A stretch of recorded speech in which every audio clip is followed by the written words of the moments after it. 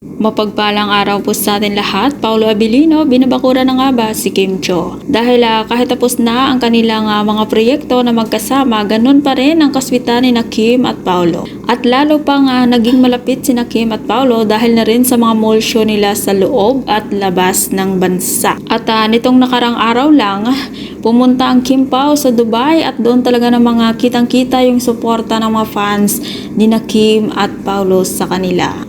Ayon sa mga netizens, legit yung kilig pag magkasama sina Kim at Paulo dahil kita naman sa mga titigan nilang dalawa. Nako, pag tumitig na daw si Paulo kay Kim, kinikilig na si Kim at yan yung napupuna ng mga netizens. Kaya naman labis ang saya ng Kim Pao fans dahil nakikita nilang mukhang lumalalim na yung namumuong relasyon sa pagitan ni na Kim at Paulo. Pero mukhang handa na mga talagang maghintay si Paulo kay Kim dahil kakagaling lang naman sa breakup ni Kim Cho sa kanyang ex-boyfriend na si Sian Lim.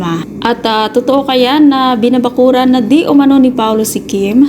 Naku, mukhang wala namang dapat ipangamba si Paulo dahil mukhang gusto din naman siya ni Kim Cho. At sana magkaroon na ng pelikula ang Kim Pao para naman mas lalong ikasaya ng mga fans ni na Kim at Paulo. At kung ikaw hindi pa nakasubscribe ng aking channel, mag-subscribe ka na sa aking channel, Ives Velasco. Maraming salamat at mapagpalang araw po sa ating lahat.